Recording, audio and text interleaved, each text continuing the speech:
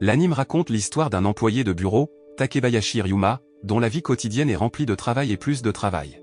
Et en prime, il est aussi souvent grondé par ses supérieurs. Vraiment, on ne peut pas dire que sa vie soit excitante. Mais à un moment de sa vie misérable, Ryuma est mort. Heureusement, les dieux, composés de la déesse de l'amour, Lulusia, le dieu de la vie, Kufo, et le dieu de la création, Gin, a donné une seconde chance à Ryuma en le réincarnant dans le corps d'un garçon de 8 ans. Non seulement cela, mais ils lui ont également conféré des statistiques très élevées. Et c'est là que l'anime s'ouvre, exactement 3 ans après l'arrivée de Ryuma dans le monde fantastique. Ryuma vit actuellement sur des centaines de slimes expérimentaux, sur lesquels il a toujours compté pour sa survie. Il existe plusieurs types de slimes. L'un d'eux est des boues collantes qui peuvent produire du fil. Ensuite, il y a les boues acides, qui contiennent des fluides corporels acides qui peuvent même dissoudre les os. Slimes empoisonnés immunisés contre le poison. Slimes plus propres qui peuvent nettoyer les meubles. Et enfin, il existe des boues carognardes qui peuvent manger des ordures et de la saleté tout en produisant de l'engrais. Depuis sa réincarnation, Ryuma a choisi de vivre paisiblement au milieu de la forêt tout en recherchant les slimes. Mais un jour, alors qu'il se promenait dans les bois, il a vu des soldats qui étaient dans la confusion parce qu'un de leurs camarades avait été blessé. Ryuma a alors proposé de les aider, pour finir par être suspecté par les soldats qui ne comprenaient pas pourquoi il y avait un garçon au milieu de la forêt. Même ainsi, Ryuma est resté calme. Il leur montra une bouteille de potion pour soigner leurs camarades blessés, et, après avoir réfléchi un instant, ils acceptèrent avec joie son aide. Comme Ryuma est bon cœur. Il a donné des médicaments aux blessés et les a même invités à se reposer chez lui. Mais quoi qu'il en soit, ils étaient toujours curieux de connaître ses origines et son identité, encore plus après l'avoir vu capable de contrôler les boues simultanément. La curiosité des soldats s'est encore accrue après avoir découvert que Ryuma vivait seul au milieu de la forêt et pouvait faire des potions sans l'aide des autres. Et donc, puisqu'il n'y avait aucun moyen qu'il puisse prétendre être une réincarnation d'un autre monde, Ryuma a été forcé de leur mentir.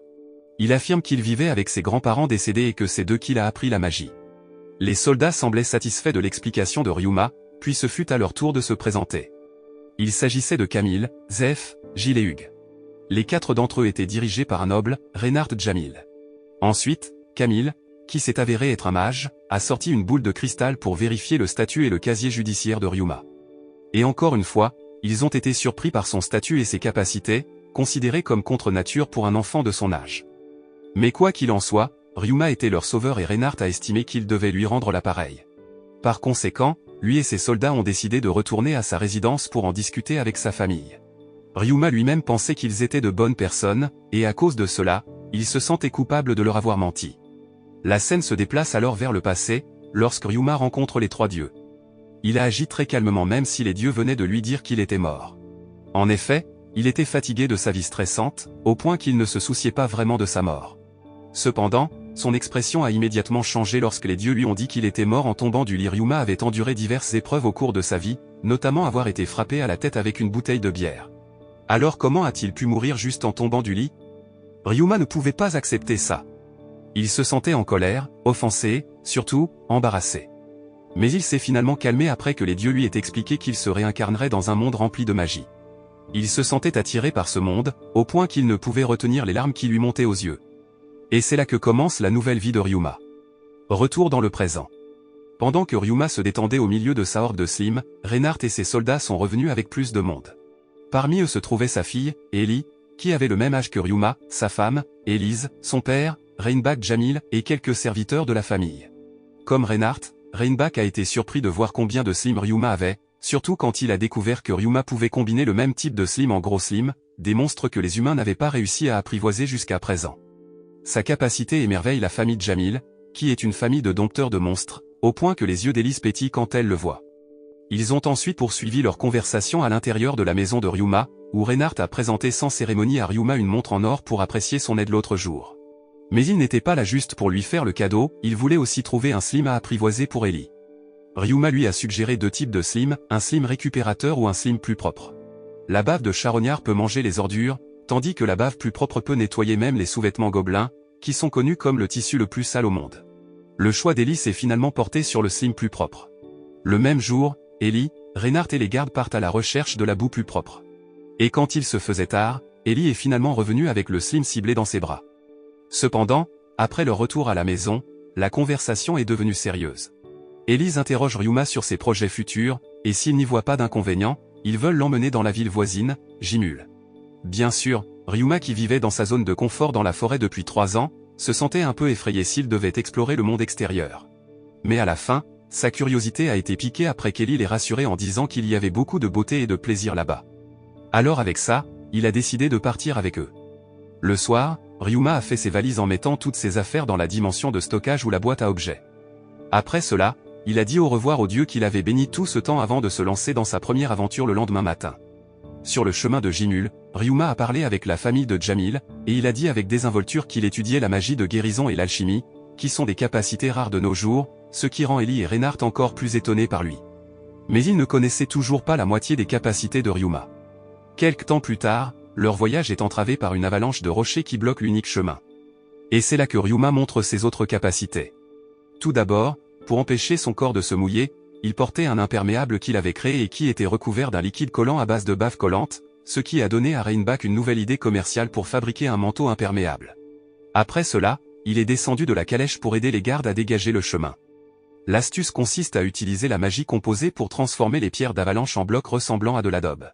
Puis, avec l'aide de ses slimes, il ne lui a pas fallu longtemps pour rendre le chemin propre à nouveau. En échange de son travail acharné, il a obtenu ceci. Quel garçon chanceux! Ou devrions-nous dire, homme d'âge moyen chanceux? Pour faire court, après avoir traversé un long voyage, Ryuma et les autres sont finalement arrivés à destination. Le but de la famille de Jamil à Jimul est d'évaluer si l'exploitation minière dans la ville est encore faisable ou non. Mais ils ont quand même pris le temps d'emmener Ryuma à l'église pour l'inscrire comme résident. Mais alors qu'il était sur le point de s'enregistrer, son esprit s'est soudain déplacé vers le royaume des dieux, où il a été réuni avec le trio de dieux. Il s'avère qu'ils l'ont appelé pour le féliciter et lui expliquer certaines choses. Tout d'abord, ils ont expliqué que Gain était le créateur des slimes. Mais Ryuma a réussi à faire évoluer les slimes vers de nouvelles formes, et Gain a donc voulu le féliciter. Maintenant, le dieu de la guerre, le dieu de la magie et le dieu de l'artisan ont même commencé à s'intéresser à Ryuma après avoir remarqué son mode de vie. Non seulement cela, ils ont également expliqué que l'ancêtre de la famille Jamil était également une réincarnation, tout comme Ryuma. Par conséquent, chaque membre de la famille Jamil a reçu des bénédictions des dieux. De même, Ellie, qui a la lignée la plus forte de la famille Jamil actuelle. Après avoir expliqué tout cela, ils ont finalement renvoyé Ryuma à Jimul. Apparemment, il pouvait rencontrer les 3 dieux en visitant l'église. Après s'être inscrit en tant que résident, la famille de Jamil lui a immédiatement suggéré de rejoindre une guilde pour empêcher les mauvaises personnes d'essayer de profiter de ses capacités. Après tout, il est vraiment génial pour son âge. Cependant, un nouveau problème se pose car il s'avère que les membres apprivoisent généralement des monstres puissants. Pendant ce temps, Ryuma, qui n'était qu'un dompteur de slim, n'était pas qualifié pour se joindre. Ainsi, comme alternative, Reinbach a suggéré qu'il rejoigne simplement la guilde des aventuriers. Pour pouvoir rejoindre la guilde, il devait encore subir un test de tir à l'arc pour évaluer son éligibilité. Mais cela n'avait pas d'importance pour Ryuma, qui vivait de la chasse dans la forêt. Il peut même tirer 4 flèches à la fois avec précision et dévier l'attaque surprise de l'examinateur, le faisant s'excuser et accepter immédiatement Ryuma dans sa guilde. Placé au rangé, le rang le plus bas de la guilde, Ryuma se lance alors dans sa première mission d'aventurier, nettoyer la maison d'une fille nommée Mia. Naturellement, sa maison sent mauvais parce qu'elle se trouve juste à côté d'un dépotoir. La situation a été aggravée par l'effondrement du mur de la décharge, qui a rempli sa maison d'ordures. Mais encore une fois, Ryuma a des bouts de charognard qui peuvent manger les ordures et aussi des bouts plus propres qui sont bonnes pour le nettoyage.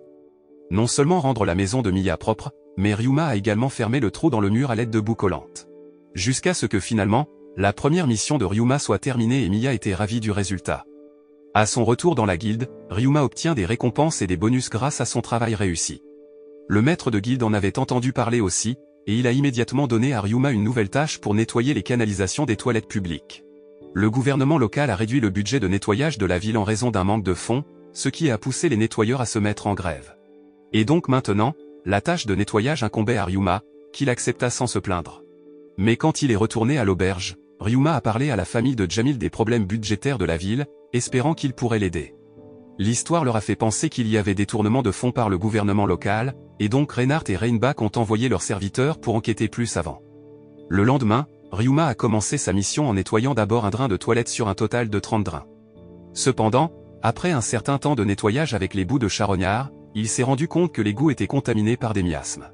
En conséquence, il est retourné à la guilde, où il a rencontré la famille de Jamil. Puis, sans plus tarder, il rapporta ses découvertes concernant les miasmes à la guilde et à la famille de Jamil, espérant qu'il pourrait l'aider. En entendant cela, La famille de Jamil s'est inquiétée pour la sécurité de Ryuma, au point qu'ils lui ont demandé de ne pas continuer la mission. Mais il les a rassurés qu'il irait bien et que personne d'autre n'était plus apte à cette mission que lui. Parce qu'après tout, il a une résistance à diverses choses, y compris au poison. Ainsi, bien qu'il soit toujours inquiet, la famille de Jamil lui a permis de continuer son travail. L'après-midi même, Ryuma retourna à l'égout accompagné de plusieurs aventuriers. Ce sont Jeff, Asahi, Lépin, Welana, Miselia, Cilia et Mia. Non seulement cela, les propres slims de Ryuma augmentent, faisant que ceux qui à l'origine ne pouvaient se combiner qu'en gros slims évoluent maintenant en slims royaux. Et cela rend certainement le processus de nettoyage plus rapide. Même ainsi, le nombre de drains de toilette qu'il devait nettoyer était écrasant, il a donc fallu plusieurs jours avant la fin de la mission de Ryuma. Une fois de plus, son travail se termina par un succès et les aventuriers qui l'accompagnaient le félicitèrent.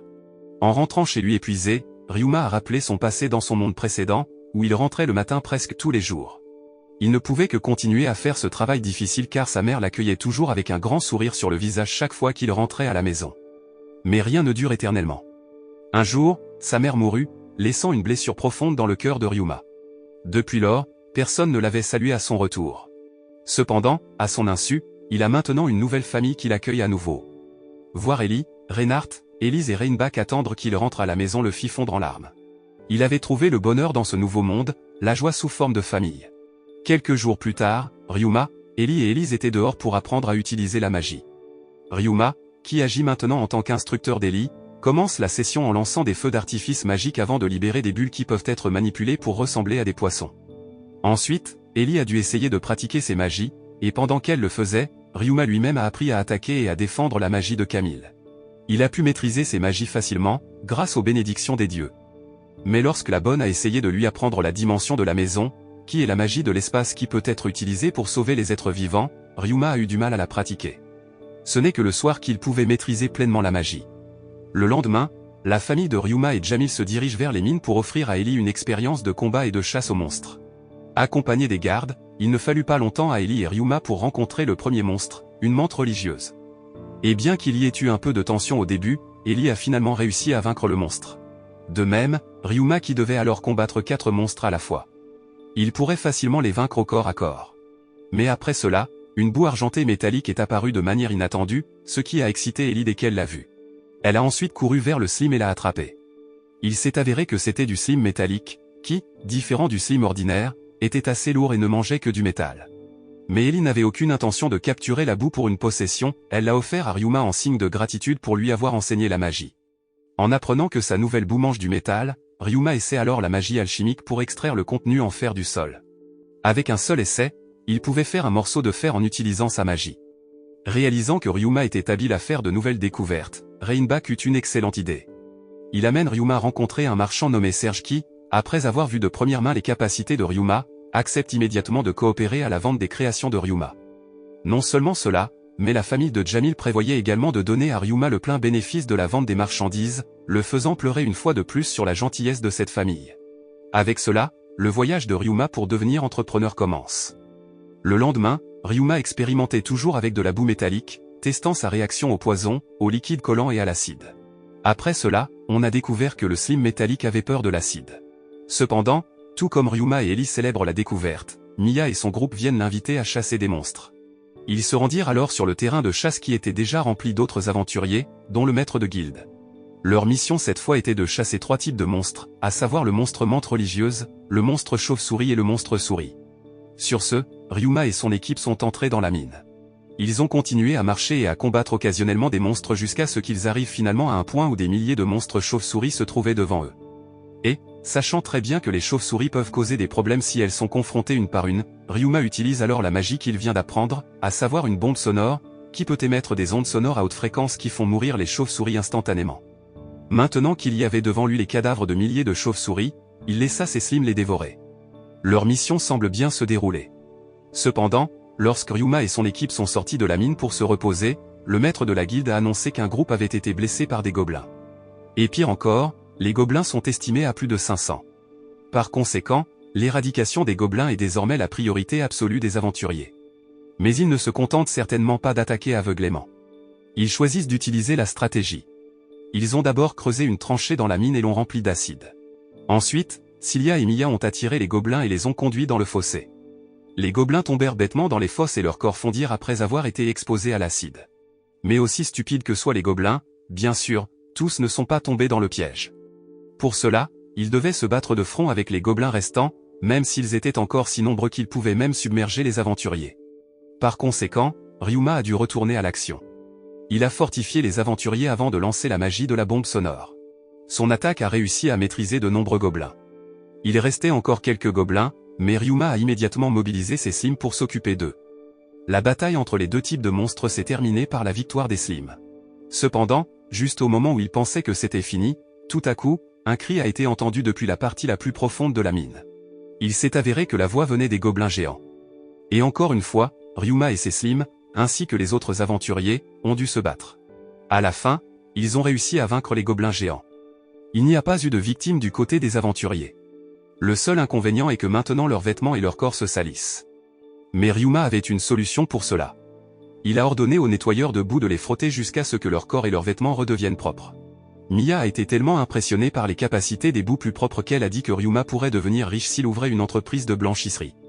Laverie mise à part, lorsque Ryuma et son équipe sont sortis des mines, les gens l'ont accueilli comme un héros. C'était naturel à cause de sa bave guérisseuse. Il n'y a eu absolument aucun mort lors de cette mission. Ils ont tous remercié Ryuma, et il était heureux de pouvoir aider tant de gens. De retour à l'auberge, Ryuma a immédiatement raconté l'expérience de l'extermination du monstre aujourd'hui à la famille Jamil. Et aussi de sa décision de s'en séparer. Comme raison, c'était parce qu'il sentait que sa vie était trop confortable. S'il continuait comme ça, il ne pourrait ni évoluer ni être indépendant. La famille de Jamil ne s'est pas opposée à sa décision, même si elle voulait toujours connaître ses plans pour l'avenir. Et la réponse de Ryuma était qu'il voulait démarrer une entreprise. Plus précisément, il veut ouvrir un service de blanchisserie avec des slims plus propres. Apparemment, les mots de Mia l'inspirent vraiment. La famille de Jamil l'a libéré pour faire ce qu'il voulait. Cependant, ils lui ont donné quelques conditions. Premièrement, Ryuma devait leur écrire fréquemment et les informer de son état. Deuxièmement, il devait s'occuper des mines. Et enfin, il devait rester avec eux à l'auberge jusqu'à l'arrivée de la saison des grenouilles grolles. Les grenouilles grolles sont des monstres grenouilles dont la peau est souvent utilisée pour fabriquer des armures. Mais ce n'étaient pas les monstres qui importaient. La famille de Jamil veut attraper des oiseaux limours qui apparaissent généralement simultanément comme des grenouilles grolles. Ryuma accepte toutes les conditions, et le lendemain, lui et Ellie consultent Serge au sujet de son projet d'ouvrir une laverie. Et comme on pouvait s'y attendre, le marchand était intrigué par son idée d'utiliser des monstres pour son commerce. Alors, ils sont allés directement à la guilde des marchands parce que tous les marchands qui voulaient ouvrir une nouvelle entreprise devaient s'inscrire eux-mêmes. Heureusement, Glisella, le chef de la guilde des marchands, s'intéresse également à l'idée commerciale de Ryuma. Elle a immédiatement accepté que Ryuma rejoigne la guilde et lui a recommandé un endroit pour installer son entreprise. Il s'est avéré que l'endroit qu'elle recommandait était un bâtiment qui avait été gravement endommagé. Mais du bon côté, l'emplacement est assez stratégique, à proximité des zones résidentielles. C'était suffisant pour que Ryuma accepte d'acheter le bâtiment et le terrain. Mais il n'y a aucun moyen qu'il puisse utiliser le bâtiment. Par conséquent, lui et les slims ont nettoyé l'environnement et construit une nouvelle installation sur le terrain. Ses amis l'ont également aidé, de sorte qu'en une journée seulement, le nouveau bâtiment pour sa blanchisserie a été achevé. En guise d'action de grâce, Ryuma a ensuite invité les personnes qui l'ont aidé à la soirée d'ouverture qu'il organiserait. Non seulement cela, mais il a également pris le temps d'aller à l'église pour saluer les dieux. Mais à sa grande surprise, seul Kufo l'accueillit car deux autres dieux descendaient dans le monde humain. Gain assiste à un concert de musique pendant que Lulucia est occupée à acheter des collations. Le jour de la soirée d'ouverture, Serge était le premier arrivé. Mais il n'est pas venu seul. Avec lui se trouvent deux jeunes femmes, une paire de sœurs, qui deviendront les employés de la blanchisserie Ryuma. Ils s'appellent Carla et Calom. Ryuma a expliqué comment travailler dans sa lessive et une liste de prix et leur a montré comment les slims faisaient leur travail. Il s'est avéré que les slims faisaient presque tout le travail subalterne, du lavage et du repassage au pliage des vêtements. Peu de temps après, les autres invités ont commencé à arriver. Ryuma, le propriétaire du parti, a bien joué son rôle. Il les a accueillis et leur a servi de délicieux plats, faisant profiter tous les invités, en particulier Mia et Jeff, de la fête. Le lendemain, le moment de l'ouverture de la laverie est enfin arrivé. Même ainsi, Ryuma pensait qu'il n'y avait aucun moyen que le magasin soit bondé le premier jour, et il a donc décidé de visiter la guilde pour promouvoir son magasin de blanchisserie et trouver un travail secondaire. Mais il s'est avéré que sa prédiction était fausse. Dès le premier jour, de nombreux clients ont fait la queue au magasin. Ils avaient hâte de faire nettoyer leurs vêtements à la lessive de Ryuma, peut-être parce qu'ils étaient trop paresseux pour faire la lessive eux-mêmes. Quelle que soit la raison, Ryuma était occupé à servir les clients. Il était tellement occupé qu'il ne remarqua même pas que Carla et Callum n'avaient pas eu le temps de se reposer. Cela lui rappelait comment l'entreprise pour laquelle il travaillait traitait ses employés, et il ne voulait certainement pas imiter leur cruauté. Et ainsi, il se précipita vers la guilde marchande et demanda à Glisella des ouvriers supplémentaires. Le deuxième jour, Glisella a réussi à préparer de nouveaux candidats pour Ryuma. Mais en raison du jeune âge de Ryuma, de nombreux demandeurs d'emploi avaient des doutes. Un par un, les demandeurs d'emploi ont quitté la salle, et à la fin, il ne restait plus que 2 personnes, Faye et sa fille, Ling. Ryuma les accepta tous les deux, même s'il pouvait clairement voir que Faye était blessée à la jambe. Il leur a même offert un logement en plus d'un salaire adéquat, même lorsqu'il a découvert qu'il s'agissait d'anciens assassins. En ayant des ouvriers qui pouvaient utiliser des armes, il pouvait aussi les employer comme gardes.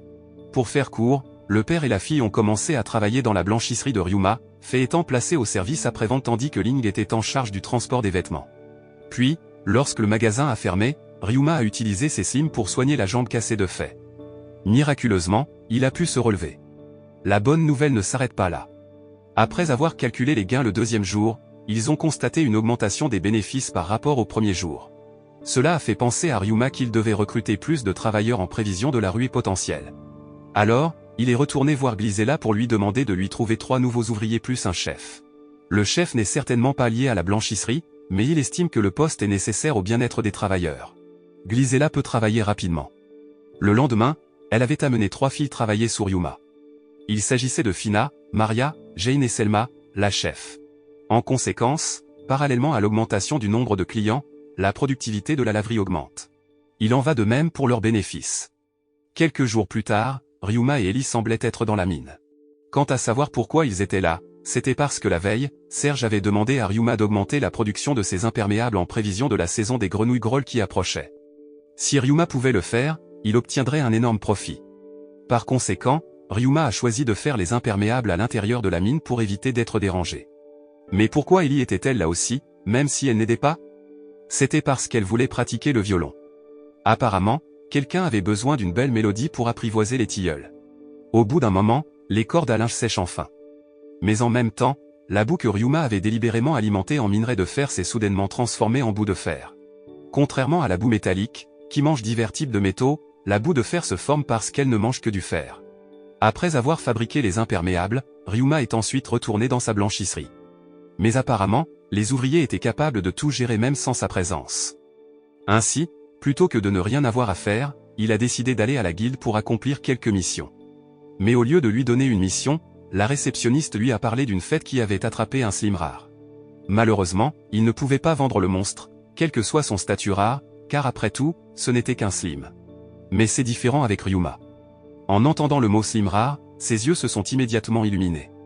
Et donc, il est allé à la fête dans une taverne et a proposé d'acheter le slim rare à un prix élevé. Les hommes, qui avaient d'abord les ragards de ne pas pouvoir vendre de slim, ont immédiatement retrouvé leur énergie.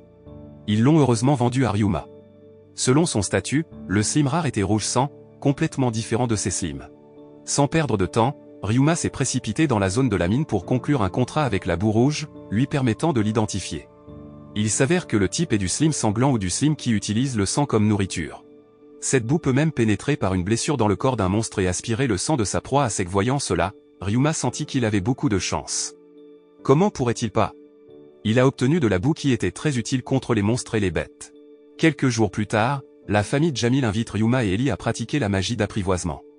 Contrairement à la magie d'invocation, où le praticien forme un contrat unilatéral avec le monstre ciblé, la magie d'apprivoisement donne la priorité à la relation entre les gens et le monstre qu'ils veulent apprivoiser. Si les gens parvenaient à créer des liens avec le monstre, ils pourraient partager des informations entre eux. Ryuma forme finalement un lien avec une colombe, et cela lui permet de partager des visuels avec l'oiseau. Et, même si au début il trouvait étrange de voir la vue du point de vue d'un oiseau, il ne lui a pas fallu longtemps pour s'y habituer car, dans son monde précédent, il avait joué à la réalité virtuelle. Enfin, c'est la saison des grenouilles roulées. Ryuma rejoint la famille de Jamil pour aller au lac voir les oiseaux limours. Mais il s'est avéré que de nombreuses personnes dans le lac essayaient d'attraper des grenouilles grolles. Et il y a aussi un aventurier qui essaie de passer un contrat avec les oiseaux limours.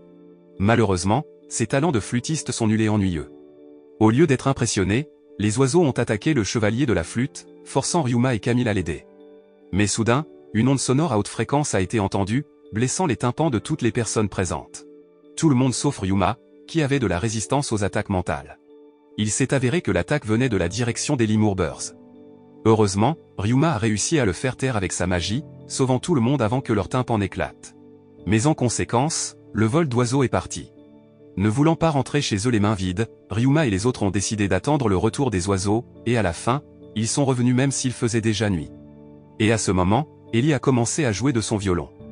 Non seulement les oiseaux, tout le monde a été émerveillé par son habileté à jouer du violon. Elle a même réussi à obtenir 9 oiseaux à la fois, dont l'un était un oiseau limour avancé appelé l'oiseau limour fantôme.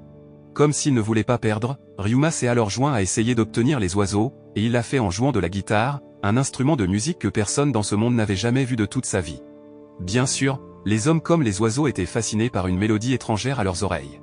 Ryuma pourrait même obtenir de meilleurs résultats qu'Ellie avec son jeu de guitare. Bien qu'il n'ait obtenu que 5 oiseaux limour réguliers, il a réussi à attirer le chef de troupeau appelé l'oiseau limour nocturne. À l'approche de la nuit, les gens organisent une grande fête pour célébrer le succès d'Ellie, ainsi qu'un adieu à Ryuma. Oui, la saison des grenouilles grolles étant arrivée, cela signifie qu'il est temps pour la famille de Ryuma et Jamil de se séparer. La fête a continué. Mais pendant que les autres s'amusaient ensemble, Ellie et Ryuma ont choisi de déménager dans une chambre. Pas pour faire quelque chose de drôle, mais parce qu'Ellie voulait donner à Ryuma un collier de pierres précieuses pour qu'il puisse se souvenir d'elle même s'ils étaient séparés. En retour, il lui a donné 2 de ses slims. Ryuma a regardé la famille de Jamil partir avec les larmes aux yeux à la fin de l'anime. Mais il sait que chaque réunion doit se terminer par une séparation. Et tout ce qu'il pouvait faire était d'essayer de rester fort. Alors il essuya ses larmes et leur sourit. Et c'est aussi le message de cet anime. Profitez de chaque instant que vous passez avec les personnes qui vous sont chères et pleurez lorsque vous vous en séparez. Mais ne vous laissez pas perdre trop longtemps dans la tristesse, car la vie doit continuer après tout.